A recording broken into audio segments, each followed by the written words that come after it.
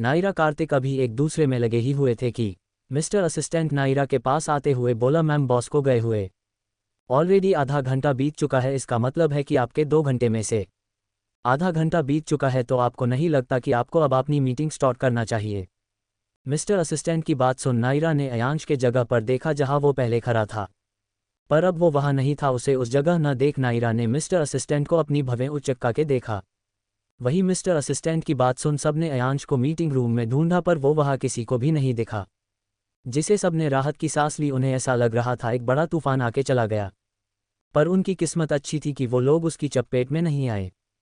सब अपनी सलामती के लिए भगवान का शुक्रिया कर ही रहे थे कि मिस्टर असिस्टेंट की बात सुन उनके कान खड़े हो गया। नायरा के एक्सप्रेशन को समझते हुए मिस्टर असिस्टेंट नायरा को जवाब देते हुए बोला, उनको एक फॉरेन डेलीगेट्स के साथ मीटिंग थी तो उनको जाना पड़ा। और हाँ, बॉस ने जाते हुए मुझे स्पेशली आपको इन्फॉर्म करने को कहा है कि अगर ये मीटिंग 2 घंटे में ख़त्म नहीं हुए तो आप अपना ठेला नहीं बल्कि आपको भव्या मैम के साथ किचन में टिंडे लौकी की सब्जी बनानी पाएगी। और रही बात इन लोगों की, तो इनका इन 2 घंटे बाद कैसा फ्यूचर होगा, ये हॉस्पिटल में रहेंगे या ठेले पे, अब ये सब कुछ आपके हाथों में है।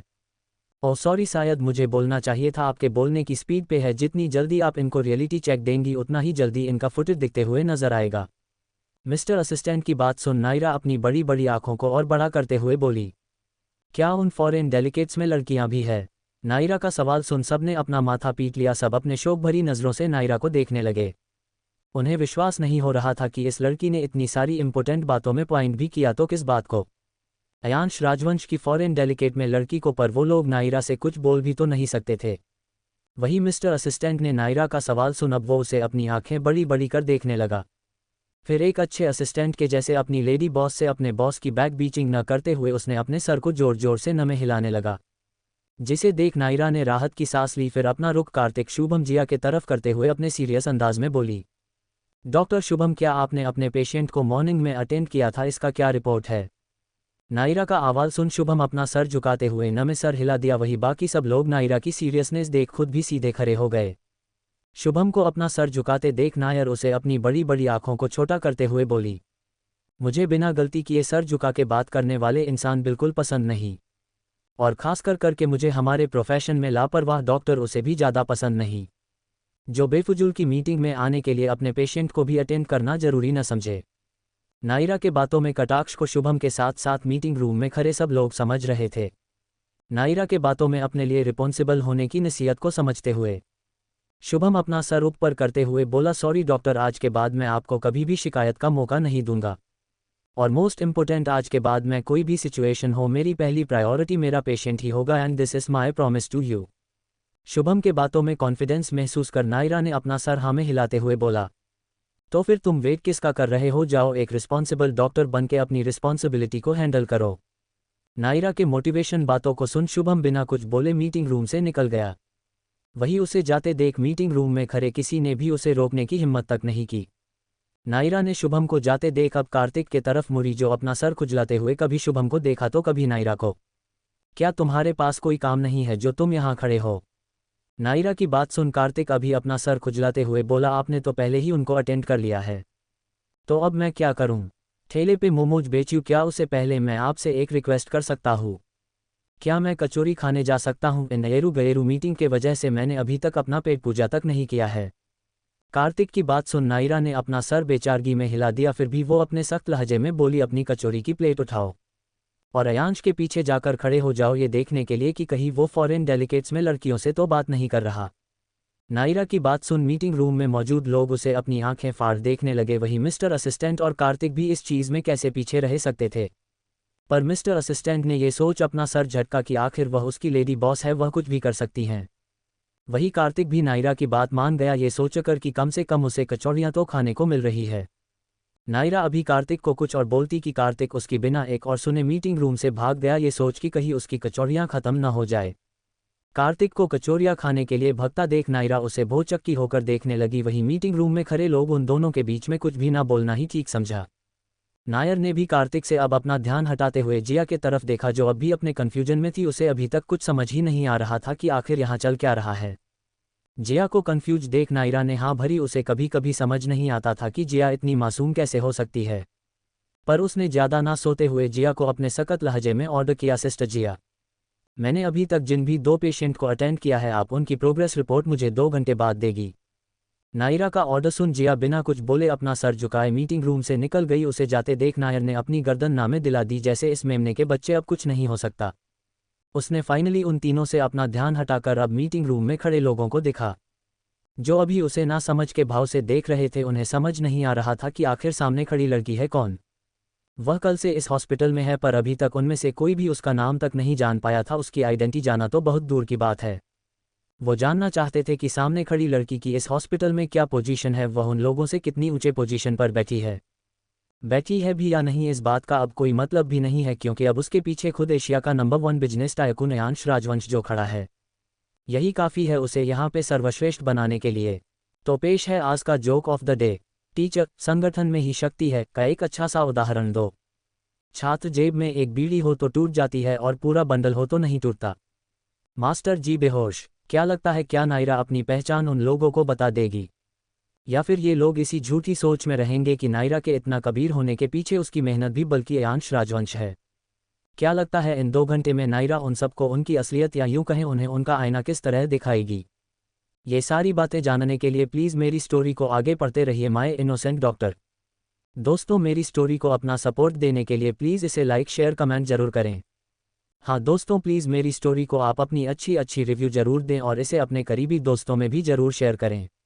नायर ने मीटिंग रूम में खड़े लोगों को अपनी सख्त नज़रों से देखा। नायरा की इतनी सख्त नज़रें देख सब हैरान हो गए थे। उन्हें यकीन नहीं हो रहा था कि सामने खड़ी लड़की वही है जो कुछ देर पहले तक हंसी मजाक कर रही थी और अब इसकी आंखों में एक अलग ही सख्ती थी। नायरा ने उन लोगों को बिना कुछ बोले हॉस्पिटल के डायरेक्टर की तरफ अपना कदम बढ़ा दिया। वही उसके पीछे मिस्टर असिस्टेंट भी उसका पूछ बन चल दिया। नायरा को डायरेक्ट की तरफ अपना कदम बढ़ाता देख सब हैरान थे। उन्हें समझ नहीं आ रहा था कि यह लड़की उन्हें के डायरेक्टर से किस तरह जुड़ी हुई है। डायरेक्टर ने जब नायरा को अपनी तरफ आते हुए देखा तो उनके चेहरे पर मुस्कान छा गई। उन्हें मुस्कुराता देख नायरा भी मुस्कुरा दी और उनके गले से जा लगी, जिसे देख वहां पर खड़े सभी लोगों की आंखें फैल गई। डायरेक्टर उसे गले लगाते हुए बोल, फाइनली तुम यहाँ आ ही गई। अब मुझे इस काम से छुट्टी दो और मुझे रिटायर होने की इजाज़त भी। डायरेक्टर की बात सुन नायरा अपना बनावटी गुस्सा दिखाते हुए बोली, छुट्टी क्या? आपको आंटी के साथ कहीं घूमने जाना है, वो भी मेरे बिना जाना चाहते हो? नहीं, बिल्कुल नहीं।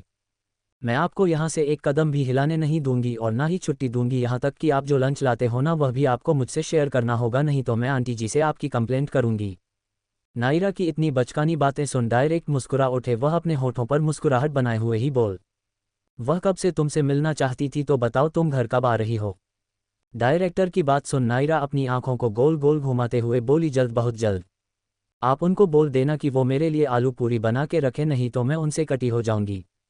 नायरा अभी घर भी नहीं आई थी और उसकी फरमाइशों को सुन डायरेक्टर जोर जोर से हंसने लगे। वहीं नायरा के पीछे खड़ा मिस्टर असिस्टेंट अपने मन में, अगर हमारी लेडी बॉस डॉक्टर नहीं होती तो पक्का ये कोई फूड ब्लॉगर होती। इनके खाने में जितने नखरे हैं उतना तो यह अपने पेशेंट को देखने में भी नहीं करती हैं। डायरेक्टर ने नायरा की बातों पर हामी भरते हुए उसके सर पर अपना हाथ फर बोले, ठीक है, अब तुम यहाँ का संभालो और आज के लिए ही सही मुझे छुट्टी दो। डायरेक्टर की बात सुन नायरा अपनी बड़ी बड़ी आंखों को छोटा करते हुए बोली, सिर्फ आज के लिए? ओके, इससे ज़्यादा मैं छुट्टी नहीं दूंगी, वरना आपकी सैलरी काट लूंगी। सैलरी के साथ साथ आंटी को भी अपने घर पर रख लूंगी, फिर देखती हूँ आप किसको अपने साथ घुमाने के लिए लेकर जाते हो। नायरा की इतनी बचकानी बातें सुन डायरेक्ट ने अपनी गर्दन हाँ में हिलाते हुए मीटिंग रूम से निकल गया। वहीं और सब अभी तक अपने सदमे में ही खड़े थे। नायरा उन पे बिना ध्यान दिए हुए डायरेक्टर की चेयर पर जाके बैठ गई। वो अपनी ठंडी नज़रों से उन्हें देखते हुए बोली, अब बैठने का भी कष्ट करिए, क्योंकि मुझे नहीं लगता 1.5 घंटे आप लोग खड़े रह पाएंगे। नायरा की तंज भरी बातें सुन सब ने बिना कुछ बोले चेयर पे बैठना ही ठीक समझा। नायरा ने एक नज़र सभी बैठे लोगों को देखा, फिर अपने बगल में खड़े मिस्टर असिस्टेंट को। नायरा को अपने तरफ देखता पाके मिस्टर असिस्टेंट कंफ्यूज हो गया। नायरा उसे कंफ्यूज देख अपनी क्यूट स्माइल देते हुए बोली, तुम भी बैठ जाओ, ये नॉर्मल मीटिंग है, तुम्हारे बॉस को बोर्डो मीटिंग नहीं जो खड़े हो। नायरा की बात सुन मिस्टर असिस्टेंट मुस्कुरा उठा। उसे पता नहीं क्यों पर अपनी लेडी बॉस बहुत पसंद थी। अपनी लेडी बॉस को पसंद करने की एक वजह उनकी यह सिंपलिसिटी और मासूमियत भी तो थी। उसने भी एक अच्छे असिस्टेंट की तरह अपनी लेडी बॉस का ऑर्डर फॉलो किया और उनके बगल में चेयर लाकर बैठ गया। मिस्टर असिस्टेंट को अपनी बात मानता देख नायर को बहुत अच्छा लगा, फिर उसने उनसे अपना ध्यान हटा बाकी लोगों की तरफ अपनी तीखी नज़रों से देखा। नायरा सख्त लहजे में बोली, ऑफकोर्स मैं यहाँ बैठी हूँ तो आप लोगों के मन में बहुत सारे सवाल होंगे, बहुत सारे कन्फ्यूजन होंगे और उससे भी ज़्यादा बहुत सारा गुस्सा होगा। मैं आपको क्लियरली बता दूं, इन सभी चीज़ों से मुझे कोई भी मतलब या फिर फ़र्क नहीं पड़ता है। एंड मोस्ट इम्पोर्टेंट, मेरा उन चीज़ों से लेना देना भी नहीं है, क्योंकि यहाँ मैं आप लोगों की वजह से नहीं बल्कि आप लोग मेरी वजह से हैं। नायरा की बात सुन सब कंफ्यूज हो गए, पर उन्होंने नायरा की पूरी बात सुना ही बेहतर समझा। वैसे तो मेरा इंट्रो देने का कोई मतलब नहीं बनता, फिर भी आप लोगों के सहूलियत के लिए मैं बता देता हूँ, मेरा नाम नायरा है और आप लोग मुझे डॉक्टर नायरा कह सकते हैं। नायरा का नाम सुन सबके कान खड़े हो गए, पता नहीं क्यों पर उन्हें ये नाम जाना पहचाना लग रहा था। पर उनमें से किसी की भी उसे सवाल करने की हिम्मत नहीं हो रही थी, पर डॉक्टर दीक्षित कहाँ पीछे रहने वाले थे। वो अपनी लड़खड़ाती आवाज़ में नायरा से सवाल करते हुए बोले, न नायरा, तुम्हारा पूरा नाम क्या है? डॉक्टर दीक्षित का सवाल सुन नायरा उन्हें तंज भरी मुस्कान लिए बोली, मेरा नाम डॉक्टर नायरा है, बस इसके बाद इसके पीछे क्या है मुझे नहीं लगता कि आप लोगों को जानना जरूरी है। नायरा का खुद के लिए एरोगेंस देख डॉक्टर दीक्षित ने अपना सर झुका लिया। वो नायरा को जवाब देना तो चाहते थे, पर नायरा जिस पोजीशन पर बैठी है वहाँ पे वो उसे कुछ कहना तो दूर, शायद वो उसे उल्टा सवाल तक नहीं कर सकते हैं। नायरा डॉक्टर दीक्षित से अपनी नज़र हटाते हुए अपनी तीखी नज़रों से वहाँ बैठे लोगों को देखा। अब जब आप सब ने मेरा नाम जान ही लिया है तो मैं आपको बता दूं, अभी से इस वक्त से आप लोगों को मेरा क्यूट सा सुंदर सा चेहरा रोज देखना होगा। अब ये आप लोगों पर है कि आप लोगों का इस चेहरे को देखकर अच्छा दिन बीतेगा या फिर मेरी बातों को सुनकर अच्छा दिन भी बुरी रात में बीत जाएगा। इन सब को छोड़िए, बात बस इतनी सी है, मैं ऐसे डॉक्टर नहीं बल्कि ऐसे ओनर ऑफ दिस हॉस्पिटल। यह मेरी रिस्पॉन्सिबिलिटी है कि यहाँ क्या हो रहा है इस चीज़ की जानकारी मुझे हो। एंड मोस्ट इम्पोर्टेंट, यहाँ क्या और कैसे हो रहा है ऐसे सिंसियर डॉक्टर, इसकी जवाबदाही आप लोगों की हो। नायरा के ऐसे सख्त लहजे को सुन सब इतना तो समझ गए थे कि ऐसे डॉक्टर नायरा बहुत ही हंसमुख मजाकिया लड़की है, पर ऐसे ओनर ऑफ द हॉस्पिटल वह बहुत ही स्ट्रिक्ट और कठोर है, जो गलती करने पर किसी को भी नहीं छोड़ेगी, चाहे वो सीनियर डॉक्टर हो या जूनियर। जिसका जीता जाता नज़ारा उन सब ने अभी कुछ देर पहले ही देखा था। नायरा के ओनर ऑफ द हॉस्पिटल की बात सुन सबको लगा कि शायद यही वजह है कि अंश राजवंश और नायरा एक दूसरे को जानता है।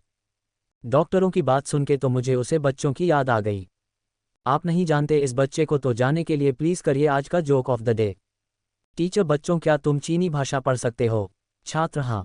टीचर, कैसे? छात्र, अगर वो हिंदी या अंग्रेजी में लिखी हो तो देखते हैं दोस्तों कैसे संभाले कि नायरा अपने स्नेह हॉस्पिटल की झमेली को, या फिर क्यों कहें लफरे को। फ़ोन में से कोई जान पाएगा कि नैना कोई आम लड़की नहीं बल्कि एशिया सेकंड बिजनेस टाइकून नक्श सिंघानिया की इकलौती बहन है। आखिर क्यों नायर ने उन लोगों को अपनी असली पहचान नहीं बताई? क्या है इसके पीछे कोई राज, या फिर नायरा कर रही है किसी से ही मौके का इंतजार? ये सारी बातें जाने के लिए प्लीज़ पढ़ते रहिए हमारी स्टोरी माय इनोसेंट डॉक्टर। दोस्तों, मेरी स्टोरी को सपोर्ट करने के लिए इस लाइक शेयर कमेंट जरूर करें। दोस्तों प्लीज़ इतना बहुत सारा सपोर्ट देने के लिए अपना कीमती रिव्यू भी मेरी स्टोरी को जरूर दें। नायरा के ऐसे अंदाज को देख किसी की भी उसे कुछ बोलने की तो दूर कुछ पूछने तक की हिम्मत नहीं हो रही थी। नायर ने गहरी सांस ले उन सभी को घूर के दिखा, फिर सीरियस होते हुए बोली, मुझे आप लोगों से इतनी इनरिस्पॉन्सिबल होने की उम्मीद नहीं थी। कल जिन जिन डॉक्टर्स की इमरजेंसी डिपार्टमेंट में ड्यूटी थी उन्हें अभी के अभी वार्निंग लेटर दिया जाए। उसने ये बात हॉस्पिटल के हायर ऑथरीज को देखते हुए ऑर्डर दिया था, जिसे वो लोग साफ साफ समझ रहे थे। उसमें यह मेंशन किया जाए कि उन्होंने अपनी ड्यूटी को सीरियसली नहीं लिया, उसे कंसीडर नहीं किया, और जिस वजह से हमारे हॉस्पिटल की रेपुटेशन खराब होने वाली थी। नायरा का इतना सीरियस टोन सुन एक पल के लिए सभी की रीढ़ की हड्डियां सीधी हो गई, उनमें से किसी ने भी उफ तक करने की हिम्मत नहीं की। नायरा अपना डिसीजन सुनाते हुए डॉक्टर दीक्षित के तरफ मुड़ी, जो अपना सर झुकाए बैठे हुए थे। नायरा उन्हें कटाक्ष करते हुए बोली, अच्छी बात है कि आपको आपकी गलती पता है, इसलिए तो आपका सर झुका हुआ है। नायरा के कटाक्ष को सुन डॉक्टर दीक्षित ने उसे कोई भी क्रॉस क्वेश्चन नहीं किया, जिसे नायरा फिर से अपना डिसीजन देते हुए बोली, डॉक्टर दीक्षित को भी एक वार्निंग लेटर दिया जाए कि आगे से उन्हें एक रिस्पॉन्सिबल डॉक्टर बनना है, ना कि वीआईपी लोगों का। उसने डॉक्टर दीक्षित से नज़र हटा अब डॉक्टर त्रिपाठी को देखा, जो कि उसे अपने भावुक के नज़रों से देख रहे थे। मुझे पता है मैं बहुत सुंदर हूँ, ऐसे मत देखो वरना मैं तुम्हारी आंखें भी निकाल सकती हूँ। नायरा की बात सुन डॉक्टर त्रिपाठी ने जल्दी से अपने दोनों आंखों पर अपने दोनों हाथों को रख छुपा लिया, जैसे सच में कहीं सामने बैठी पागल लड़की उसकी आंखें ना निकाले। और सब लोगों की भी आंखें बड़ी बड़ी हो गई थी। नायरा के इस अंदाज को देख वही मिस्टर असिस्टेंट की तो हंसी ही नहीं रुक रही थी। नायरा डॉक्टर त्रिपाठी की घूरते हुए बोली, मुझे वह डॉक्टर बिल्कुल भी पसंद नहीं जो अपनी अथॉरिटी का गलत फ़ायदा उठाएं, जिसकी वजह से एक काबिल डॉक्टर को सबके आगे झुकना पड़ा, उसे अपने प्रोफेशन से दूर होना पड़ा, उसका करियर दांव पर लग गया। नायरा का अपने ऊपर ऐसा एलिगेशन लगाते देख डॉक्टर त्रिपाठी अपने चेयर से खड़े होते हुए बोले, तुम कल की आए हुए डॉक्टर, मुझे बताओगी कि मैंने क्या सही डिसीजन लिया और क्या गलत? त्रिपाठी की ऊंची आवाज़ सुन सबने उन्हें अपनी तरस भरी नज़रों से देखा। वहीं नायर ने उन्हें अपनों की चोटी कर देखा। फिर मुस्कुराते हुए बोली, बिल्कुल सही, मैं कहा कल की आई हुई डॉक्टर, आपके बारे में क्या ही जानती हूँ। कोई बात नहीं, हम दोनों एक ही जगह से शुरुआत करते हैं। मैं कल की डॉक्टर और आप आज के जूनियर डॉक्टर। नायरा की ऐसी बातें सुन डॉक्टर त्रिपाठी कंफ्यूज होते हुए बोले, मतलब मैं जूनियर डॉक्टर कैसे, मैं तो डिपार्टमेंट का हेड हूँ। त्रिपाठी की बात सुन नायरा उन्हें ठीक करते हुए बोली, आप अपने डिपार्टमेंट के हेड थे, आज से अभी से इस वक्त से नहीं रहे। और यह मेरा फाइनल डिसीजन, अगर आप इससे ज़्यादा मुझसे बहस करना चाहते हैं तो मैं इंतजार कर रही हूँ। नायरा का ऐसा एटीट्यूड देख और उसको स्ट्रेट फॉरवर्ड फैसला लेता देख डॉक्टर त्रिपाठी की तो अब हिम्मत ही नहीं हो रही थी उसे बहस करने की। नहीं तो अभी तक तो नायरा ने उन्हें सिर्फ डिमोट ही किया है, कहीं ज़्यादा बहस करने से वो उसे चपरासी ही ना बना दे अपने डिपार्टमेंट का। सबको अपना डिसीजन सुनते हुए नायरा अपनी तेज़ नज़रों से सबको दिखते हुए, मुझे नहीं पता आज से पहले इस अस्पताल में क्या रूल्स रेगुलेशंस थे, आप लोग कैसे अपना ड्यूटीज़ और अपने प्रोफेशन को लेकर चलते थे। अभी इम्पॉर्टेंट बात यह है कि मैं यहाँ हूँ आपके सामने और यह हॉस्पिटल मेरा है, इस पर उंगली तो दूर किसी को नज़र उठा के डिसरिस्पेक्ट करने की भी इजाज़त मैं किसी को नहीं देती, ना ही किसी बाहर वाले को और ना ही किसी अंदर के वाले को। मैं आप लोगों से बस यह उम्मीद कर सकती हूँ कि आप लोग मेरे नए बनाए हुए प्रोटोकॉल को फॉलो करेंगे, इन रूल्स और रेगुलेशन पे चलेंगे जिससे लोगों की हेल्प हो। नायरा ने मिस्टर असिस्टेंट को देखा जिसे मिस्टर असिस्टेंट ने बिना देरी किए अपने हाथ में लाए हुए पेपर्स को सब में बांट दिया। नायरा अब थोड़ा नॉर्मल होते हुए बोली, यह हॉस्पिटल के नए रूल्स एंड रेगुलेशंस है, अब से इसी के हिसाब से सारे वर्क एंड प्रोसीजर होंगे। मैं उम्मीद करती हूँ कि आप लोग मुझे शिकायत का मौका नहीं देंगे, नहीं तो फिर मैं आप लोगों को इस अस्पताल में रहने का मौका नहीं दूंगी। इतना बोल नायरा मीटिंग रूम से निकल गई। उसे मीटिंग रूम से जाते देख सारे डॉक्टर और हाई अथॉरिटीज़ ने राहत की सांस ली। उन्हें आज नायरा से बातें कर ऐसा लग रहा था जैसे अभी अभी उन्होंने अस्पताल ज्वाइन किया है और नायरा उनकी सीनियर है जो उन्हें बुल्ली कर रही है। मगर सबसे दुख की बात तो यह है कि वह नायरा की शिकायत किसी से कर भी तो नहीं सकते थे, क्योंकि सबसे ऊपर तो वो खुद ही बैठी है। नायरा मीटिंग रूम से निकल शुभम को देखने के लिए बढ़ गई। वह वार्ड के अंदर नहीं गई, वह बाहर खड़े होकर ही शुभम को पेशेंट को अटेंड करता देख रही थी। शुभम को इतने सिंसियरली उसे पेशेंट को अटेंड करता देख नायरा को तसल्ली सी हुई। पता नहीं क्यों पर लोग अपने ईगो के वजह से किसी मासूम का वर्चस्व छीन लेते हैं।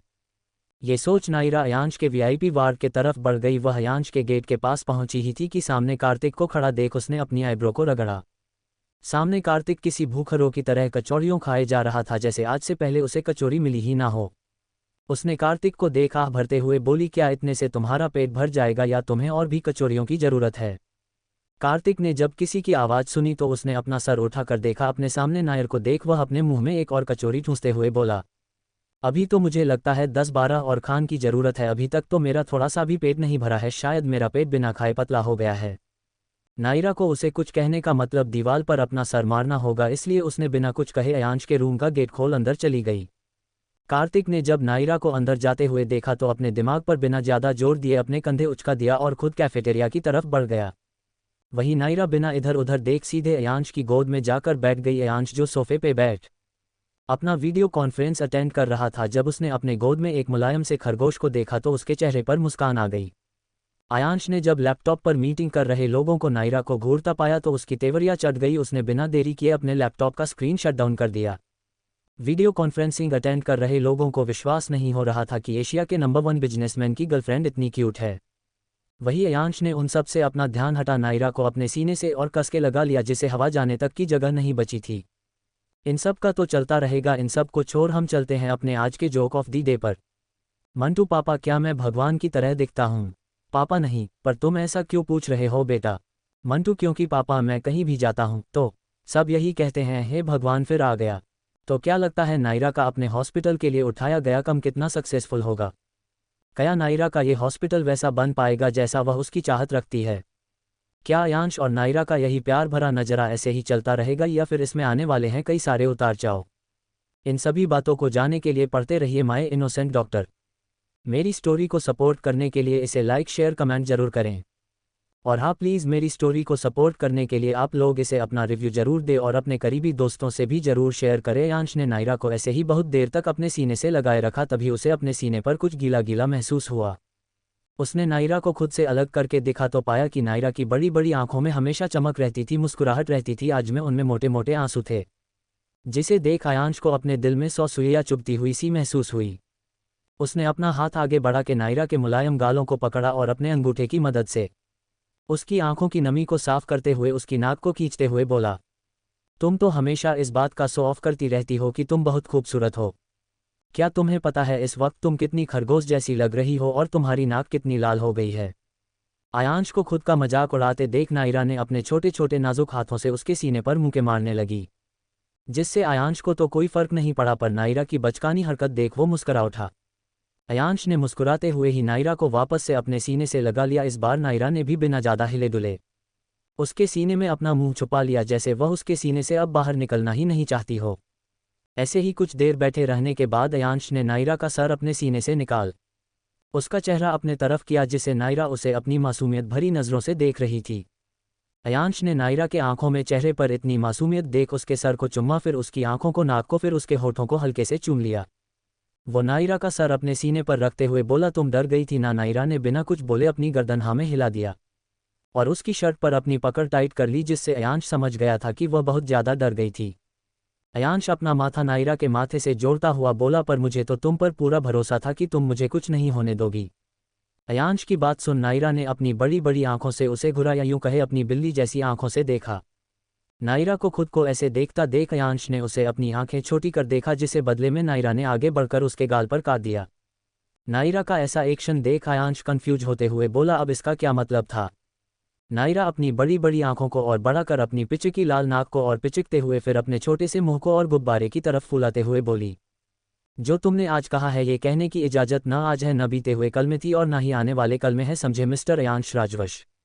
वरना इस बार तो सिर्फ तुम्हारी गालों पर काटा है, अगली बार तुम्हारे होठों को काट लूंगी। नायरा का ऐसा जवाब सुन आयांश ने उसे अपनी बड़ी बड़ी आंखें कर देख फिर मुस्कुराते हुए उसे अपने सीने से लगा लिया। नायरा ने भी मना नहीं किया। आयांश नायर को अपनी गोद में लिया बैठा ही था कि उसे नायरा की आवाज़ सुनाई दी, मैं फिर से वह सब नहीं देखना चाहती, मैं फिर से तुम्हें खून में लटपट नहीं देखना चाहती। अगर जिंदगी में कभी यह सिचुएशन दोबारा आया तो याद रखना, शायद उस दिन मैं तुम्हें देखने के लिए रहूंगी। नायरा की ऐसी बातें सुन आयांश के शांत आंखों में गुस्सा उमड़ आया, जिससे उसकी पकड़ नायरा पर कस गई। आयांश के कसके पकड़ने से नायर को अपने कंधे में दर्द सा महसूस होने लगा, जिससे वह छटपटाना लगी और उसके मुंह से आह निकल गई। नायरा के मुंह से करहाने की आवाज़ की सुन आयांश की पकड़ नायरा पर ढीली हो गई और उसकी आंखें जो गुस्से से लाल थी अब वो थोड़ी शांत होने लगी। उसने जल्दी से नायरा को खुद से दूर कर उसके बाजू को देखा, जिस पर लाल निशान बन चुके थे। नायरा के शरीर पर उन निशानों को देख आयांश को अपने ऊपर काफ़ी गुस्सा आने लगा, जिससे उसने अपने हाथ को टेबल पर दे पटका। आयांश को ऐसा बिहेव करता देख नायरा ने आयांश को कसकर अपने सीने से लगा लिया। वह अपने रुंधे हुए आवाज़ में बोली, मुझे डर लग रहा है। नायरा की आवाज़ में घबराहट महसूस कर आयांश शांत हो गया। उसने नायरा को वापस अपने सीने से लगा लिया। ऐसे ही कुछ देर तक वह दोनों एक दूसरे को गले लगाए बैठे रहे। तभी आयांश अपनी शांत मगर कठोर आवाज़ में बोला, अभी जो तुमने कहा है आज के बाद वह दोबारा मत कहना, वरना आगे मैं क्या करूँगा मुझे भी नहीं पता, और उस वक्त शायद तुम भी मुझे संभाल ना पाओ। आयांश की बात सुन नायरा की पकड़ उसके गर्दन पर कस गई। वह अपने रुंधी आवाज़ से बोली, मैं वह सब कभी नहीं बोलूँगी, पर तुम भी कल की रात को दोबारा मत दोहराना। नायरा को अपने से इतनी बचकानी बहस करता सुन आयांश को अपने दिल में एक नरमी सी महसूस हुई। ये लड़की जो उसके सीने से खरगोश की तरह लिप्त हुई है, इतने सीरियस लड़ाई में भी अपनी बात से पीछे हटने को तैयार नहीं। मगर ये वही लड़की है जिसको वो अपनी जान से ज़्यादा चाहता है, जिसकी हर बचकानी, हर शरारत, हर नाराज़गी, हर गुस्सा हो खुशी खुशी ले सकता है, पर उसे दूर होने का या फिर से दूर जाने का ख्याल करने का हक तक वह किसी को नहीं देता, खुद नायरा को भी। नायरा आयांश के गले हुई ही बोली, पहले तुम्हारी पायल ने मुझे निशानी दी, अब तुम्हारे इन मॉन्स्टर जैसे हाथों ने। नायरा की बात सुन आयांश उसका चेहरा अपने सामने करते हुए बोला, तो तुम्हारे पैरों में वह निशान उस पायल की वजह से थे। नायरा ने वापस से आयांश की आंखों में गुस्सा आते देख अपनी मासूमियत में बोली, मुझे वो पायल बहुत अच्छी लगी थी पर बहुत भारी थी। अगली बार से मुझे थोड़ी हल्की पायल देना, इससे मैं उसे दिन भर पहने रहूंगी और तुम्हारे कानों के शोर मचाते रहूंगी। बिल्कुल किसी ट्रक के हॉर्न के तरह नायरा को फिर से मजाक करता देख आयांश ने उसकी नाक खींच ली। वो नायरा को अपने और करीब करते हुए उसके होठों को चूम लिया। इस बार नायरा भी उसका पूरा साथ देते हुए उसके किस में इन्वॉल्व हो गई। ऐसा लग रहा था जहां आयांश नायर को अपने पास महसूस कर रहा था, वहीं नायरा अपने दिल को विश्वास दिला रही थी कि उसका प्यार, उसका सुकून, उसका हमराज, उसका हमदर्द सब उसके पास है, उसके करीब है, उसके नज़रों के सामने है। इतना काफ़ी था उसके लिए, उसके दिल के लिए। आधे घंटे बाद जब नायरा को सांस लेने में तकलीफ होने लगी, तब जाकर आयांश ने नायरा को छोड़ा, पर उसे खुद से दूर नहीं किया।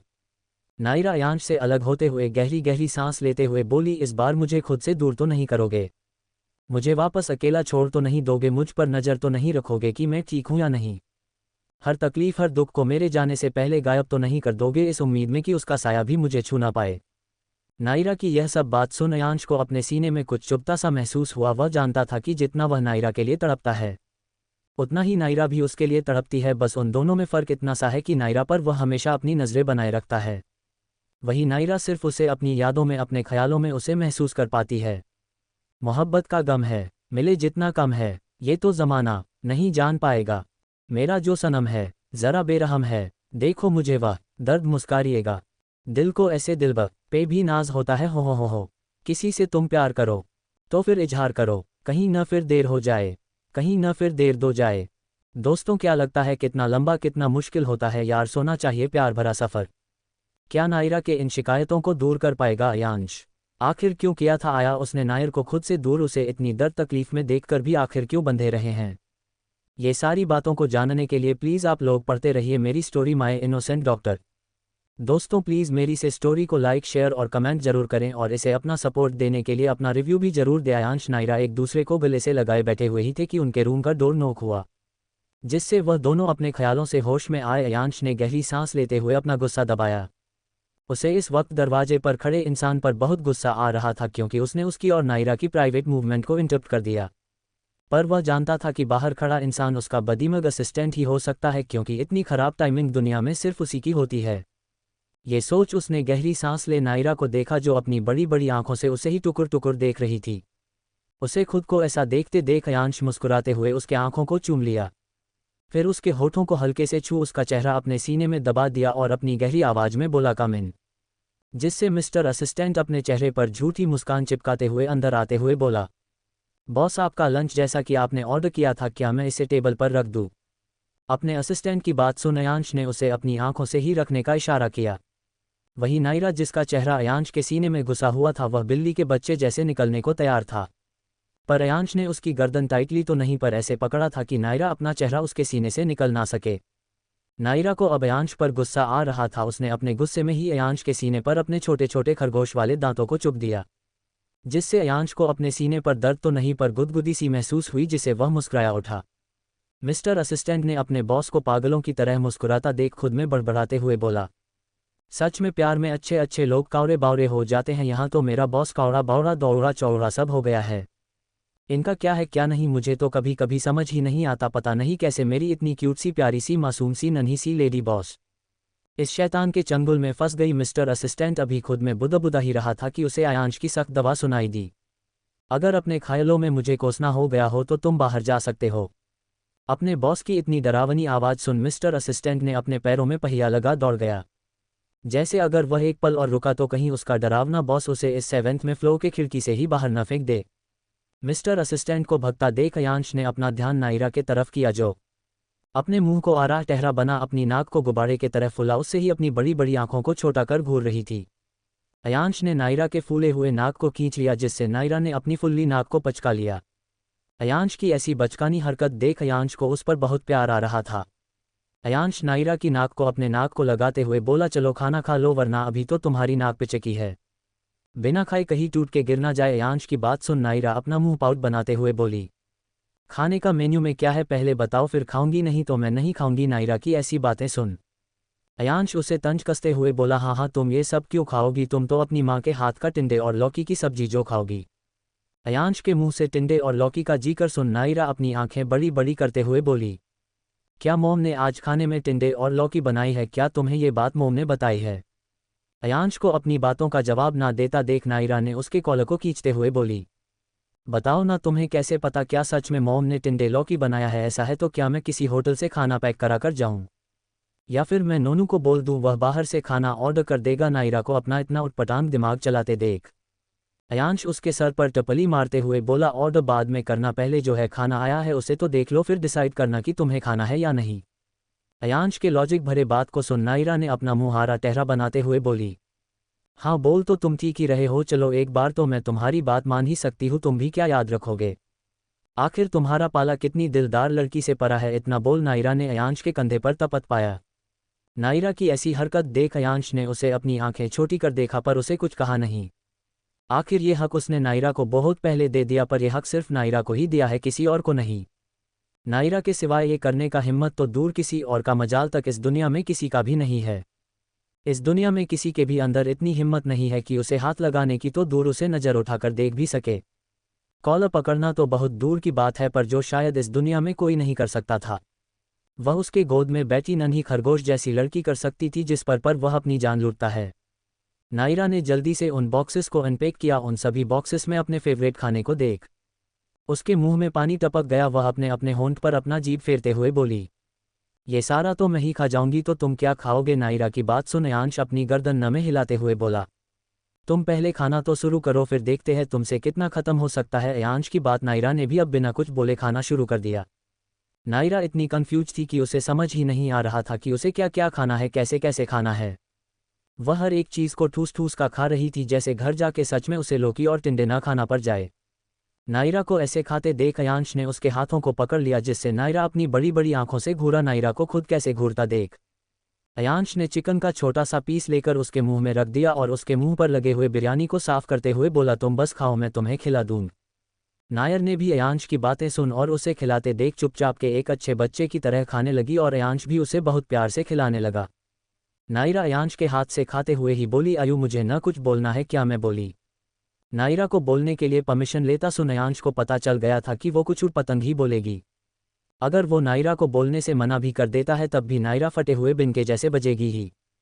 यही सोच अयांश ने अपनी गर्दन हाँ में हिला उसे बोलना का इशारा किया, जिसे देख नायरा मुस्कुराते हुए बोली, आलू कचालू बेटा कहाँ गए थे? बंदर की झोपड़ी में सो रहे थे। बंदर ने लात मारी रो रहे थे। मम्मी ने प्यार किया हंस रहे थे। पापा ने पैसे दिए नाच रहे थे।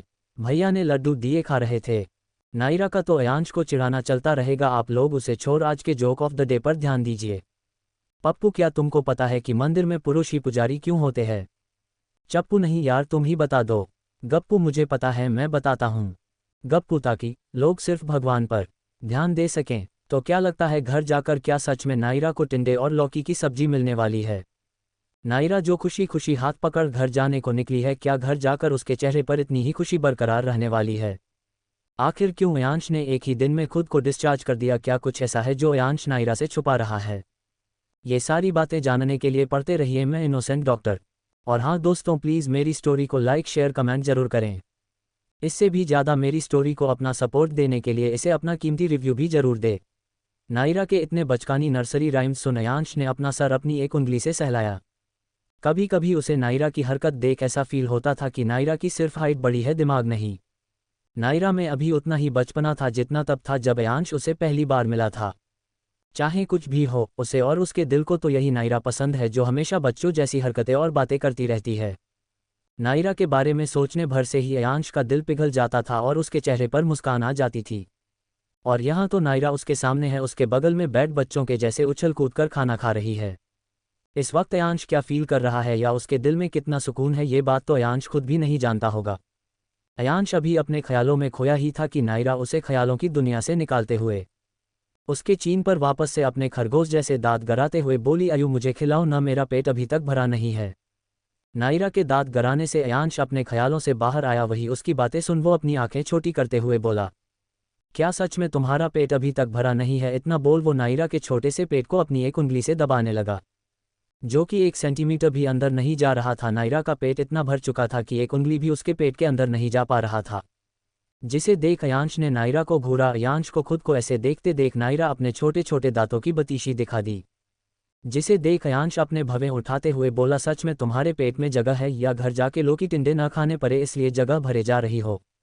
अयांश को अपनी चोरी पकड़ता देख नायरा अपनी बड़ी बड़ी आंखों को और बड़ा करते हुए बोल, ओह तुम मुझे झूठी बोल रहे हो, मैं तुम्हारी शिकायत अपने डैडी से करूंगी, फिर देखना डैडी तुम्हारे घर में 1 महीने तक लौकी और टिंडे बनवाएंगे। नायरा को नर्सरी क्लास के बच्चों के जैसा धमकी देता देख अयांश ने अपनी गर्दन न में हिला दी। तभी नायरा अपने छोटे छोटे हाथों से, जो कि अयांश के नज़रों में थे, उनसे अयांश का गाल पकड़ अपने तरफ घुमाते हुए बोली, आयु कल जब मैं तुम्हारा ट्रीटमेंट कर और से बाहर आई तब न एक क्यूट से दादाजी और एक हैंडसम से अंकल जी बाहर खड़े थे। क्या वो दोनों तुम्हारे लिए वहाँ खड़े थे? मैं उनसे पूछ नहीं पाई, मुझे दूसरे ऑपरेशन के लिए जाना था ना। नायरा के मुंह से अपने दादाजी के लिए क्यूट सुन और अपने डैड के लिए हैंडसम सुन अयांश की तेवरिया चढ़ गई। नायरा जो उसके बगल में बैठ उसके हाथ से खा रही थी, अयांश ने उसे अपने एक हाथ से पकड़ अपने गोद में बैठा लिया, जिसे नायरा अपनी आंखों को बड़ा बड़ा कर अयांश को कन्फ्यूजन में देखने लगी। अयांश अपनी आंखों को छोटा कर अपने सख्त आवाज में बोला, क्यूट दादाजी, हैंडसम अंकल जी, उन दोनों के लिए ये वर्ड्स है। तो फिर तुम मेरे बारे में क्या बोलना चाहोगी? तुम मुझे कैसे कॉम्प्लीमेंट दोगी? अयांश का सवाल सुन नायरा और ज़्यादा कंफ्यूज हो गई। वो अयांश को कुछ बोलती कि अयांश अपनी सख्त आवाज़ में बोला, मेरे सवाल का जवाब दो, अपनी कहानियाँ पंचायती बाद में सुनाना। अयांश को ऐसा बोलता देख नायरा ने अपनी बड़ी बड़ी आंखों को छोटा कर उसे देखने लगी, फिर अपना मुंह हारा टहरा बना उसे आयत लिया, जिसे देख अयांश की आंखें फैल गई। जहां तक उसे याद था नायरा तो कभी ऐसा नहीं करती थी। वो नायरा के चेहरे को अपने तरफ करते हुए बोला, ये तुमने कब और कहाँ से सीखा? अयांश का सवाल सुन नायरा अपना मुंह बनाते हुए बोली, आज मीटिंग रूम में। नायरा का जवाब सुन अयांश अभी अपने आंखों को छोटा करते हुए बोला, और किस महान इंसान ने तुम्हें ये तेजस्वी चीज़ें सिखाई है? अयांश को खाना न खिलाते देख और सिर्फ सवाल करता देख नायरा अपना मुंह फुलाते हुए बोली, कार्तिक ने। नायरा के मुंह से कार्तिक का नाम सुन अयांश ने अपने सर को मला। उसे समझ नहीं आता था कि उसकी भोली भाली नायों के लाइफ में इतने अतरंगी लोग ही क्यों आते हैं। पहले इसका वो ड्रामेबाज भाई जिसका ड्रामा उसके फिल्मों में कम रियल लाइफ में ज़्यादा दिखता है, फिर इसकी तूफान एक्सप्रेस बेस्ट फ्रेंड जिसकी हरकतें तो छोड़ो बातें भी अगर किसी के पकड़ में आ जाए तो वो इंसान उस एक्सप्रेस ट्रेन का टीटी बन जाए। ये दोनों कम थे जो अब नायरा के जिंदगी में एक और नमूना आ गया है। कार्तिक की नौटंकी तो अयांश ने मीटिंग रूम में ही देख लिया। अब उसे सच में नायरा को लेके फिक्र हो रही थी। अयांश अभी सोच ही रहा था कि उसे अपने होठों पे दर्द महसूस हुआ। उसने अपनी नज़र नीचे कर देखा तो नायरा उसे किस कर रही थी। किस तो वो सिर्फ नाम के लिए कर रही थी, असल में तो वो अयांश के होठों को अपने खरगोश वाले दांतों से कुतर रही थी। पर अपने अयांश को कहा इन सब चीज़ों से फ़र्क पड़ता था। उसने अपने एक हाथ से नायरा को कमर से पकड़ होल्ड किया, वही अपने दूसरे हाथ से नायरा के गर्दन के पीछे रख उसे सपोर्ट किया और उसे एक लंबी और पैसिनेट किस करने लगा। नायरा जो अयांश के होठों को कुतरने में लगी हुई थी, उसे पता ही नहीं चला कि कब उसका कुतरना एक पैसिनेट किस में बदल गया। पर वो भी कहा ऐसे मौके को जाने देने वालों में से थी। उसने भी अपने दोनों हाथों को अयांश के गर्दन के इर्द गिर्द लपेट उस पैसिनेट किस में पूरी तरह से इन्वॉल्व हो गई। नायरा को भी इतना पैसिनेट होता देख अयांश ने खुद को सोफे पे एडजस्ट कर नायरा को अपने ऊपर ले लिया, पर उसने इस बात का ध्यान रखा कि इस बीच उसकी किस न ब्रेक हो। ऐसे ही एक दूसरे में खोए हुए एक दूसरे को किस करते हुए अयांश नायरा को 45 मिनट हो गए। जिस बात का पता उन दोनों को नहीं चला, जब नायरा को सांस लेने में प्रॉब्लम होने लगी तब जाके अयांश ने उसे छोड़ा, पर उसे खुद से अलग नहीं किया। नायरा अयांश के गर्दन में अपना मुंह घुसाए गहरी गहरी सांसें ले रही थी, वही अयांश उसकी पीठ को सहला उसे शांत करने की कोशिश कर रहा था। नायरा थोड़ी शांत होते हुए बोली, तुम तो मेरी जिंदगी हो, मेरा प्यार हो, मेरा सुकून हो, मेरा दिल हो। तुम्हें कम्प्लीमेंट में क्या दूं जब तुम मेरे हर सांस में हो तुम। क्योंकि इतना प्यार तुमसे करते हैं हम, क्या जान लोगे हमारी सनम। क्योंकि इतना प्यार हमारे दिल की तुम थोड़ी सी कदर कर लो। हम तुम पे मरते हैं, थोड़ी सी फिक्र कर लो। क्योंकि इतना प्यार तूने ओ जाना दीवाना किया है, दीवाना किया इस कदर। चाहत में तेरी भुलाया जहां को, न दिल को किसी की खबर। रगों में मोहब्बत का एहसास जरा भर लो। हम तुम पे मरते हैं, थोड़ी सी फिक्र कर लो। क्योंकि इतना प्यार तूने ओ जाना दीवाना किया है, दीवाना किया इस कदर। चाहत में तेरी भुलाया जहां को, न दिल को किसी की खबर। रगों में मोहब्बत का एहसास जरा भर लो। हम तुम पे मरते हैं, थोड़ी सी फिक्र कर लो। क्योंकि इतना प्यार तुमसे है सांसें, तुमसे है धड़कन, तुम ही से है दीवानगी। रब ने हमें दी है जाने तमन्ना, तुम्हारे लिए जिंदगी वादा संग जीने का, तुम जान ए जिगर कर लो। हम तुम पे मरते हैं, थोड़ी सी फिक्र कर लो। क्योंकि इतना प्यार। कुछ ज़्यादा इमोशनल हो गए हो आप लोग, तो आप अपना मूड अच्छा कर लो आज का जोक ऑफ द डे पढ़ के। पत्नी सुनो मेरे मुंह में मच्छर चला गया, अब क्या करूं। पति पगली ऑल आउट पी ले, 6 सेकंड में काम शुरू। क्या लगता है आखिर कितनी गहरी है नायरा अयांश की प्यार की गहराई। हर बार जब हम लगता है कि अयांश की प्यार की कोई सीमा नहीं, वही नायरा का प्यार हमें उसके प्यार की गहराई दिखा जाती है। इन सारी प्यार भरी गहराइयों को जानने के लिए पढ़ते रहिए माय इनोसेंट डॉक्टर। दोस्तों प्लीज़ मेरी स्टोरी को लाइक शेयर कमेंट जरूर करें, और हाँ दोस्तों प्लीज़ मेरी स्टोरी को अपना सपोर्ट देने के लिए अपना रिव्यू जरूर दे। अयांश नायरा कुछ ही देर में अपने कार में बैठ नायरा के घर की तरफ निकल गए, जिसे ड्राइव अपने मिस्टर असिस्टेंट कर रहा था। नायरा जो अयांश का हाथ पकड़ खिड़की से बाहर का नज़ारा देख ऐसे खुश हो रही थी जैसे उसे किसी ने उसकी मनपसंद चॉकलेट दे दिया हो। अयांश नायरा को इतना खुश होता देख और उसे बच्चों के जैसे चाहते देख उसका ध्यान अपने तरफ करते हुए बोला, क्या तुमने अभी तक अपने आसपास के जगह को नहीं देखा है। अयांश का सवाल सुन नायरा बिना उसके तरफ मुड़े हुए ही चाहते हुए बोली, नहीं, वो कल मैं ड्राइविंग कर रही थी और जीपीएस में लोकेशन देख रही, जिस वजह से कल मैं कुछ भी अच्छे से देख नहीं पाई। नायरा का जवाब सुन अयांश ने अपनी गर्दन न में हिला दिया। उसे नायरा के ड्राइविंग स्किल के बारे में बहुत अच्छे से पता था। अयांश नायरा ऐसे ही बात कर रहे थे कि कुछ ही देर में वो लोग नायरा के घर के सामने थे। नायरा ने जब कार को अपने घर के सामने रुका हुआ देखा तो उसके चेहरे पे उदासी छा गई, जिसे देख अयांश नायरा को अपने पास खींचते हुए उसे साइड हग करते हुए बोला, कोई बात नहीं, अब तो हम कभी भी किसी भी वक्त मिल सकते हैं। अब हमें मिलने के लिए सालों इंतज़ार नहीं करना पड़ेगा। अब तो तुम मुझे याद करने पर कभी भी मेरे घर में, मेरे ऑफिस में, यहाँ तक कि मेरे दिल में बिना बताए आ सकती हो। अयांश की बात सुन नायरा मुस्कुरा दी। वो अपने चेहरे पर मुस्कान लिए हुए ही बोली, हाँ बिल्कुल, मैं तो हर जगह बिन बुलाया मेहमान बना सकती हूँ, मगर ये बात मैं तुम्हारे लिए नहीं बोल सकती। नायरा की बात सुन अयांश अपनी आंखें छोटी करते हुए बोला, और वो भला किसमें, मुझे रोकने ही हिम्मत किसमें है? तुम्हारे दिल में तो ऑलरेडी मैं आ गया हूँ। रही बात तुम्हारे हॉस्पिटल की, तो उन्हें थोड़ी अपनी डॉक्टरी रोड पर दिखानी है, उसके बाद बचा तुम्हारा घर, वहाँ पर तो मुझे कोई भी आने से रोक। अयांश अभी बोल ही रहा था कि नायरा उसे बीच में टोकते हुए बोली, डैडी। नायरा की बात सुन अयांश कंफ्यूज्ड होते हुए बोला, मतलब? अयांश के साथ साथ मिस्टर असिस्टेंट, जो कार रोक कर ऐसे बैठा था जैसे उसके कान में कुछ जा ही नहीं रहा है, पर वो सुन सब कुछ रहा था, वो भी नायरा की बात सुन कंफ्यूज्ड हो गया। उसे भी अपनी लेडी बॉस की बात कुछ समझ नहीं आई। उसका बॉस जो पूरे एशिया का किंग है, पूरे एशिया का नंबर 1 बिजनेस टायकून है, उन्हें अपनी ही गर्लफ्रेंड के घर जाने से कौन ही रोक देगा? वो भी उनकी गर्लफ्रेंड के साथ साथ वो घर उनके सबसे अजीज दोस्त, उनके बेस्ट फ्रेंड का भी तो है। पर वो नायरा से सवाल नहीं कर सकता था। वैसे तो उसे पता था कि अगर वो अपनी लेडी बॉस से कुछ पूछेगा तो वो उसे जवाब दे ही देगी, पर यह बात उनके बगल में बैठे आदमी को कहाँ हजम होने वाली है? कहीं उसे सवाल करता देख उसके राक्षस बॉस को बदहाजमी न हो जाए, ये सोच वो चुप ही रहा। वो अपना कान खड़ा कर नायरा के आगे बोलने का इंतजार करने लगा। वही नायरा भी अयांश को कंफ्यूज्ड होते देख उसे चिढ़ते हुए बोली, तुम मेरे दिल में तो आ गए हो, मेरे हॉस्पिटल में भी आ सकते हो, पर मेरे घर में आना तुम्हारे लिए थोड़ा मुश्किल है। नायरा को खुद को ऐसे चिढ़ाते देख अयांश अपनी भवें उचकाते हुए बोला, अच्छा तुम्हारे घर में मेरा आना मुश्किल है, वो कैसे भला, ज़रा तुम मुझे बताओगी? अयांश को खुद की बात पे चिढ़ते देख नायरा उसे और चिढ़ाते हुए बोली, वो ऐसे मेरे डैडी बोलते हैं, उनके परमिशन के बिना कोई चिड़िया पर नहीं मार सकता, चोर का आना तो बहुत दूर की बात है। और यहाँ कोई आम चोर नहीं, बल्कि उनकी प्यारी सी क्यूट सी बेटी का दिल चुराने वाले चोर को वो अपने घर में कैसे आने देंगे? नो नेवर, बिल्कुल नहीं। और मुझे अपने डैडी पर पूरा विश्वास है, वो तुम्हारे जैसे चोर को हमारे घर में बिल्कुल नहीं आने देंगे। नायरा के इतने अतरंगी लॉजिक वाली बात सुन अयांश का सर घूम गया। वही मिस्टर असिस्टेंट अपने बॉस के लिए चोर शब्द सुन उसके खान खरे वही आंख बड़ी बड़ी हो गई। अयांश को समझ नहीं आता था कि नायरा एक ही वक्त में इतनी प्यारी और इतना ड्रामेटिकल बात कैसे कर लेती है। पर नायरा ने जो अभी अपने डैड के लिए कहा तो 100% सच कहा था। वैसे भी अयांश को पता था उसके ससुर जी को, जब से उनको पता चला था कि उसने उनकी प्रिंसेस, उनके दिल के टुकड़े को अपने प्यार के जाल ने फंसाया है, जो कि उनके नज़रों में है, उसके और उसके ससुर जी के बीच में 36 का आंकड़ा हो गया है।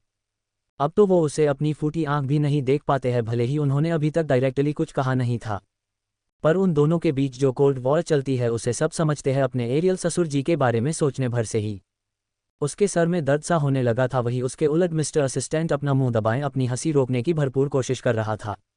अनजाने में ही सही, नायरा ने बिल्कुल सही कहा था। आखिर किस बाप को पसंद आएगा कि उसकी नाजुक सी फूल जैसी बेटी किसी दानव के चंगुल में फंस जाए? वैसे भी ज्ञान जी जो कोल्ड वाइब अयांश को देते थे, ये बात तो जनहित में जारी थी, तो फिर नायरा से कैसे छुप सकती थी? मिस्टर असिस्टेंट खुद की हंसी को रोकने की तो बहुत कोशिश कर रहा था, पर आखिर में उसे हो नहीं पाया और उसे मुंह से हंसी की आवाज़ निकल ही गई, जिसे सुन अयांश ने मिस्टर असिस्टेंट को अपनी खा जाने वाली ठंडी नज़रों से देखा, जिसके डर से मिस्टर असिस्टेंट का हाथ गलती से रेडियो बटन पर टच हो गया।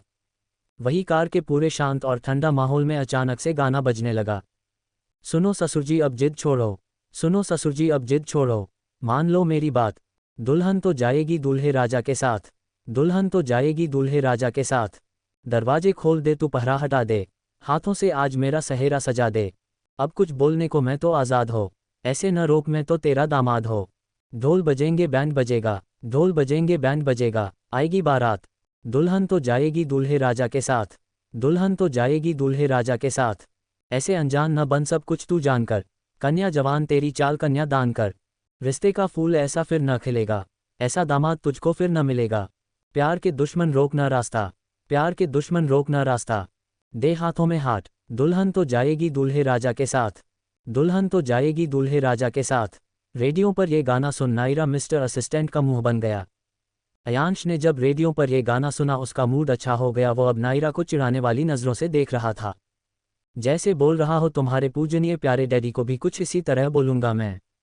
नायरा जो अब तक अयांश को चिढ़ाकर खुश हो रही थी, ये गाना सुन उसकी आंखें छोटी हो गई।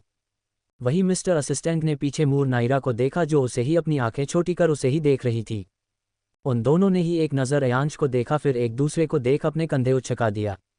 वही मिस्टर असिस्टेंट नायरा से अलग अयांश का मूड अब अच्छा हो गया था। अयांश का तो मूड अच्छा हो गया, अब आप लोग भी अपना मूड अच्छा कर लीजिए। एज का जोक ऑफ द डे पढ़ के पप्पू इतना परेशान क्यों है? गप्पू अरे यार, मैंने अपनी गर्लफ्रेंड को 2 बड़े बड़े टेडी बियर गिफ्ट किए थे। पप्पू तो इसमें परेशान होने की क्या बात है? गप्पू उसकी मम्मी ने दोनों की रुई निकलवा कर 2 तकिए भरवा लिए। तो क्या लगता है, क्या सच में ज्ञान जी नायरा के लिए अयांश के सख्त ससुर जी बनेगी? क्या सच में बिना शादी के पहले वो अयांश को अपने घर में आने की इजाज़त देंगे? क्या नायरा के प्यार में अयांश अपने खरूस ससुर जी को मना अपने ससुराल जा पाएगा? ये सारी बातें जानने के लिए पढ़ते रहिए माय इनोसेंट डॉक्टर। दोस्तों प्लीज़ मेरी स्टोरी को लाइक शेयर कमेंट जरूर करें, और प्लीज़ अपना सपोर्ट दिखाने के लिए आप लोग मेरी स्टोरी को अपना रिव्यू जरूर दें। अयांश को इतना खुश होता देख नायरा चिढ़ते हुए बोली, ठीक फिर मैं घर जा रही हूँ। कहीं घर लेट से पहुँचने के लिए तुम्हारी सासू माँ मुझे ही घर से न निकाल दे। वैसे भी मैं यहाँ के हॉस्पिटल में ज़्यादा नहीं सो सकती, एक रात सोने से ही मेरी कमर अकड़ गई है। इतना बोल नायरा ने अपनी कमर को सहलाया, फिर जल्दी से अयांश के गालों को होले से छू मिस्टर असिस्टेंट को बाय बोल भाग गई। नायरा की इतनी क्यूट हरकत देख मिस्टर असिस्टेंट भी मुस्कुराते हुए उसे अपना हाथ हिला बाय कर रहा था। मिस्टर असिस्टेंट को इतना मुस्कुराते हुए नायरा को बाय करता देख अयांश अपनी भवें चढ़ाते हुए बोला, अगर रोड पे बिना कपड़े पहने ऐसे ही अपना हाथ हिला लोगों को मुस्कुराते हुए बाय करोगे तो तुम्हारा भी अच्छा खासा फैन फॉलोइंग बना जाएगा। अयांश के इतने खतरनाक अंदाज देख मिस्टर असिस्टेंट अपना तुक गटकते हुए अपना हाथ झटकते हुए बोला, बाय अरे नहीं बॉस, बहुत देर से स्टीयरिंग पकड़े पकड़े मेरा हाथ अकड़ गया था, तो उसे ही इधर उधर झटक देख रहा था कि कहीं टूट फुट तो नहीं गया। अगर टूट फुट गया होगा तो लेडी बॉस से फेविक्विक मांग चिपका लूंगा। आपको ऐसे ही गलत फहमी हो गई कि मैं लेडी बॉस को मुस्कुराते हुए बाय कर रहा था। इतना बोल मिस्टर असिस्टेंट ने राहत की सांस ली। मिस्टर असिस्टेंट को इतना स्मार्ट बनाता देख अयांश उसे तंज कसते हुए बोला, मैंने तो नायों का नाम ही नहीं लिया। मिस्टर असिस्टेंट ने जब खुद को अयांश के बातों के जाल में फंसता हुआ पाया तो उसे रोना आ गया। वो बच्चों के जैसे अपनी नाक को पोंछते हुए और तेज़ आवाज़ में रोते हुए बोला, बॉस आई प्रॉमिस आज के बाद मैं लेडी बॉस को बाय तो दूर अपनी क्रस को सामने से हाथ हिला हाय भी नहीं करूंगा। अगर मैंने ऐसा किया तो उसे और उसके होने वाले पति को मेरी हाय लगे। इतना बोल वो और जोर जोर से अपनी नाक से रोने लगा। मिस्टर असिस्टेंट का ऐसा मेलोड्रामा देख अयांश उसे इग्नोर करते हुए बोला, नायों के लिए हॉस्पिटल में एक कंफर्टेबल केबिन मॉडिफाइड करो, और इतना ही नहीं उसके केबिन से अटैच एक रूम भी बनाओ जिसमें उसके लिए कंफर्टेबल बेड हो। वैसे भी मैडम घर में कम हॉस्पिटल में ज़्यादा रहती है। अयांश की सारी बात सुन मिस्टर असिस्टेंट ने बेख्याली में ही हाँ में सर हिलाते हुए बोला, हाँ सर बात तो आपकी बिल्कुल ठीक बोल रहे हो। कायदे से देखा जाए तो आपका ससुराल लेडी बॉस का घर नहीं बल्कि उनका हॉस्पिटल होना चाहिए। मिस्टर असिस्टेंट ने इतना बोल अयांश को देखा जो उसे ही अपनी खा जाने वाले नज़रों से देख रहा था। अयांश की डरावनी आंखें देख मिस्टर असिस्टेंट मेमनाते हुए बोला, बॉस आपका ऑर्डर कल तक फॉलो हो जाएगा। इतना बोल मिस्टर असिस्टेंट ने कार स्टार्ट कर ऑफिस की तरफ निकल गया। उसे तो कभी कभी अपनी किस्मत पे रोना आता था। उसे समझ नहीं आता था भगवान ने उसे ही ये बॉस क्यों दिया। जो शेर नहीं बबर शेर है, जिसके आसपास रहने से ही मिस्टर असिस्टेंट अपने आने वाले कितने जन्मों को एक ही बार में देख लेता था। वहीं दूसरी तरफ नायरा ने अपने घर में बिना आवाज़ किए कदम रखा, इस उम्मीद में कि उसकी लेडी गब्बर को उसके आने के बारे में पता नहीं चलेगा। पर उसके उलट लेडी गब्बर ने उसे देखा तो नहीं पर शुंग जरूर लिया था। सोने पे सुहागा उनके कदमों में उनके पैरों की मालिश करने के लिए उनका सांभा भी बैठा हुआ था। नायरा अपने हल्के कदमों से ही हाल में पहुंची ही थी कि पूरे हाल में भव्या जी की तेज़ आवाज़ सुनाई दी। कितने आदमी थे? भव्या जी का सवाल सुन उनके कदमों में बैठा सांभा, जो कि कोई और नहीं हमारा आपका सुपरस्टार नोनू था। वो अपनी मरियल आवाज़ में बोला, दो सरकार। इतना बोल वो फर्श पे अपने पीट कर अपने हाथ पैरों को हवा में चलाते हुए बोला, आप 1 घंटे से शोले के नाम पे ये सवाल मुझसे 16 बार कर चुकी हो, और आपके पास में बैठा ये ठाकुर जो मूवी में तो बिना हाथ वाला था पर आपके सामने होने के वजह से गूंगा बन गया है, ये तो चीटिंग है ना सरकार। न ये ठाकुर कुछ बोलने को तैयार है और न ही सांभा की बहन इडली घर आने को तैयार है। ये कोई बात हुए भला? आप बस मुझ जैसे छोटे से नन्हे से प्यारे से सुपरस्टार नोनू पर ही गुस्सा करती हो। अपनी कंजी आंखों वाली बिल्ली जैसी बेटी को तो आप कुछ बोलती ही नहीं हो। वो भी तो कल से घर नहीं आई है, पर नहीं आप उसे क्यों बोलेंगी उसे बचाने के लिए। ये आपके बगल में बैठे ठाकुर की 4 फीट के हाथ के साथ 2 फीट की जुबान भी आ जाएगी। वो तो पापा की परी है, इसलिए डैड उसे कुछ न कुछ कर कहीं उड़ा के बचा ही लेंगे। पर मेरा क्या सरकार, मैं तो माँ का वो मगरमच्छ हूँ जो हमेशा उनके पैरों में सोता रहता हूँ। इतना बोल नयन, जो पीठ के बल लेटा हुआ था, वो अब पेट के बल लेट भव्या जी के पैरों को पकड़ सो गया। उसने अपना ड्रामा कर राहत की सांस ली ही थी कि उसे किसी के हल्के पैरों की आवाज़ आए, जिसे सुन वो इरिटेट होते हुए ज्ञान जी को बोला, अभी तो मैंने उसे पापा की परी कहा। आपको उसे उड़ा के बालकनी से घर के अंदर ले आना चाहिए था ना, फिर वो हम मगरमच्छों के जैसे रेंगते हुए क्यों आ रही है। नयन की उटपटांग बात सुन ज्ञान जी अपने सर पे हाथ रखते हुए बोले, वो रेंगते हुए नहीं बल्कि आम इंसानों के जैसे चलते हुए घर आई है, बैलबुद्धि इंसान।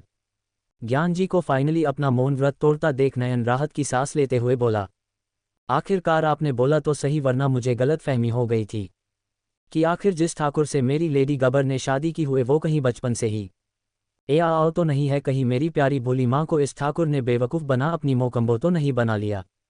नयन ने अभी बोला ही था कि उसकी नज़र होल के एक साइड बिल्कुल स्टैचू बना नायरा पे गई, जो कब से वहां पर बुत बने खड़ी थी, जैसे वो वहां हो ही नहीं। नायरा को देख नयन को अपने दिल राहत महसूस हुआ। वो नायरा के तरफ रेंगते हुए भागा, मतलब जमीन पर लेट लेट ही बिल्कुल मगरमच्छ स्टाइल में नायरा के तरफ जाते हुए बोला, दुनिया वालों, अब मैं अकेला नहीं हूँ जो आप लोग मुझे इडली सांभर बना खिलाते रहोगे। अब मेरा साथी आ गया है, वो मेरे साथ इडली सांभर खाएगा भी और साथ में उसकी बुराई भी करेगा। नयन अपनी बात बोल ही रहा था कि नायरा ज्ञान जी के पास भागते हुए बोली, डैडी मुझे बहुत तेज़ भूख लगी है, मुझे इडली सांभर दीजिए ना, मेरे मुंह तो अभी से ही पानी आ रहा है। नायरा को अपना साथ छोड़ते देख, उसे यूं बदलते देख नयन अपने दिल पे हाथ रखते हुए बोला, अच्छा सिला दिया तूने मेरे प्यार का, हाँ अच्छा सिला दिया तूने मेरे प्यार का, यार ने ही लुट लिया घर यार का, अच्छा सिला दिया तूने मेरे प्यार का। इतना बोल वो पास रखे टेबल पे चढ़ते हुए बोला, अश्कों की माला मेरे गले पहना के, खुश है वो घर किसी और का बसा के, कर दिया खून देखो मेरे एतबार का, कर दिया खून देखो मेरे एतबार का, यार ने ही लुट लिया घर यार का, अच्छा सिला दिया तूने मेरे प्यार का, यार ने ही लुट लिया घर यार का।